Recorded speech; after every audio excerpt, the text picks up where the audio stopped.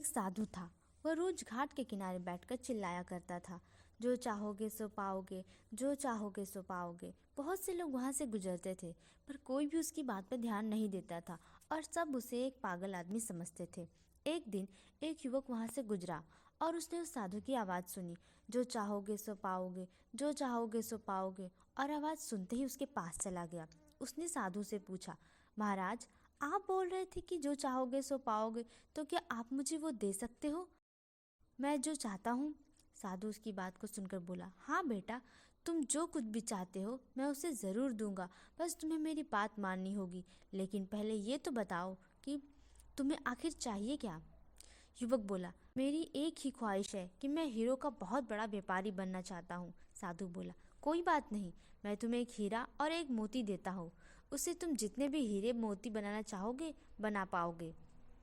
और ऐसा कहते हुए साधु ने अपना हाथ आदमी की हथेली पर रखते हुए कहा, पुत्र, मैं तुम्हें दुनिया का सबसे अनमोल हीरा दे रहा हूँ। लोग इसे समय कहते हैं। इसे तेजी से अपनी मुट्ठी में पकड़ लो और इसे कभी मत गंवाना।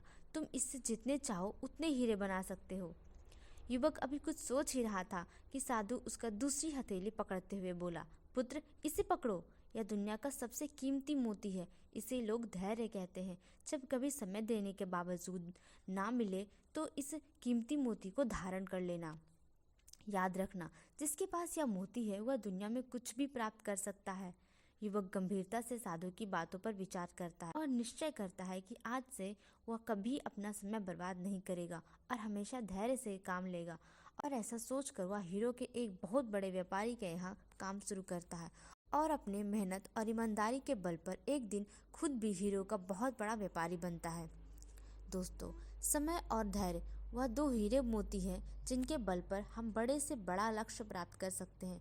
अतः जरूरी है कि हम अपने कीमती समय को बर्बाद ना करें और अपनी मंजिल तक पहुंचने के लिए धैर्य से काम लें।